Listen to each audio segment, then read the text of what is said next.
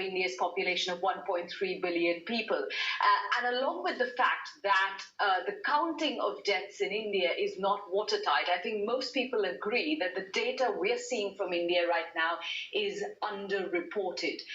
What the government is, though, saying is that the death rate, which is the number of deaths as a percentage of the population, is low in India. I've spoken to several doctors and public health experts over the past several weeks who agree with that. No one really is able to explain why that's happening. But I think the worry for India is clear. India's coronavirus graph, the curve, is growing, it's rising. There is no indication about when that curve will begin to flatten. And we look at these as numbers, but these are people losing their lives every day, and around 1,000 Indians are dying of COVID-19 every single day now. So that was Yogita Limaye in Mumbai. Right, let's see what else is hitting headlines around the world now. And for the first time ever, a commercial flight is expected to leave Israel for the United Arab Emirates in a few hours' time, after the two countries agreed to normalise relations. The word peace has been freshly painted on the side of the plane in Arabic, English and Hebrew.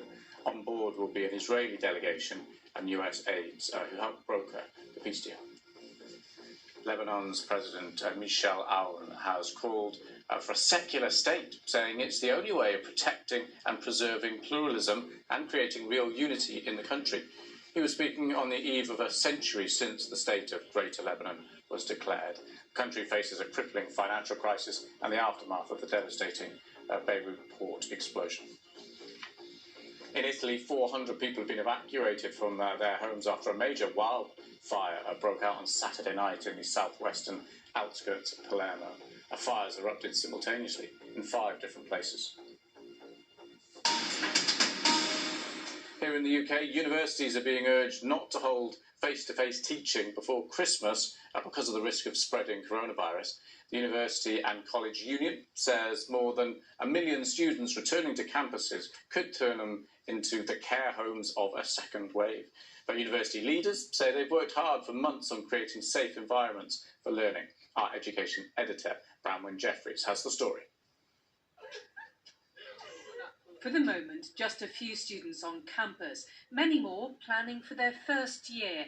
And the university was actually 2 tube rides away. Imi is leaving home in York to begin theatre studies in Surrey, anxious about coronavirus, but not deterred. It doesn't put me off because I think that everyone's slowly been getting used to it when they've been re-immersed in society coming out of lockdown. So it's just a case of how the university is tackling it, and everyone's going to have to accommodate what they want. But I'm not put off. I'm just willing to do what it takes to do the course I want to do.